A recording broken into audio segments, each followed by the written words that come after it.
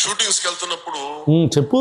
చాలా మంది ఆడపిల్లలు బ్యాక్గ్రౌండ్ లో పనిచేసేవాళ్ళు. ఓకే. పొట్టు కోసం వచ్చిన ఆడపిల్లల్ని రకరకాల అల్లరి మూకలు షూటింగ్ దగ్గర పెట్టే పరిస్థితిలో ఒకసారి నేనే కొట్టేవాళ్ళ చేసుకోవాల్సి వచ్చాడు. ఎట్లా కొట్టేసేవాళ్ళు అండి? విదేశాలకు వెళ్ళిన విదేశాల కంటే కూడా మనకి పక్క రాష్ట్రాలకు వెళ్ళిన చాలా వల్నరబుల్ దిగ్గొట్టేసేవాళ్ళు ఏంటి చెప్పండి, టెన్షన్ తట్టుకోలేకపోతున్నాం. 70 మంది మాతో పనిచేసే ఆడపిల్లలు షూటింగ్ తీసుకెళ్లి మళ్ళీ క్షేమ ఇంటికి పంపించాలి అంటే అది ఒక చాలా బలమైన ఇబ్బందికరమైన పరిస్థితి నాకు అనిపించింది. ఎందుకంటే మరి మన ఎమ్మెల్యే లాంటి ఎమ్మెల్యేలు బయట తిరుగుతున్నారు కదండి, మరి అంతే. మరి అదొక బలమైన పరిస్థితి, అది అన్నిటికీ బలమే. బలంగా చెప్తాం, పకడ్బందీగా ప్లాన్ చేస్తాం.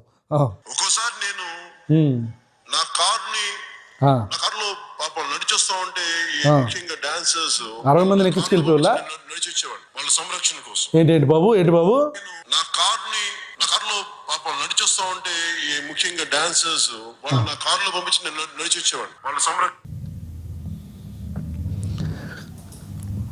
అంటే ఇప్పుడు కారులో మీరు వెళ్తుంటే వాళ్ళు కనిపిస్తే 60 మందిని కారులో ఎక్కిచ్చేసి మీరు నడుచుకుంటూ వెళ్ళిపోయేవాళ్ళండి. ఇది ఏ షూటింగ్ స్పాట్ అయినా మీరు అక్కడ నుంచి కృష్ణానగరు లేదా బయట కోకాపేట అటువైపు ఏమన్నా ఆ ఏరియాలో ఉన్నా సరే అక్కడ నుంచి నడుచుకుంటూ వెళ్ళిపోయేవాళ్ళండి మీరు, వాళ్ళని కారులో పంపించేసి. ఎంత దయాగుణమో అసలు. బిస్కెట్లు వేస్తే ఇలాంటి బిస్కెట్లు ఉంటాయా అని మనం కూడా అర్రే ఏంటి మన ఇలాంటి బిస్కెట్లు వేయొచ్చా అని అనిపిస్తుంది మనకు అప్పుడప్పుడు. చూసారా, వెళ్తాంటేనంట ఆడపిల్లల్ని కారులో పంపించి నడుచుకుంటూ వెళ్ళిపోయేవాడంట. అంటే ఎదురున్నోళ్ళు ఏం అడగరనే కదండి మీ ధైర్యం.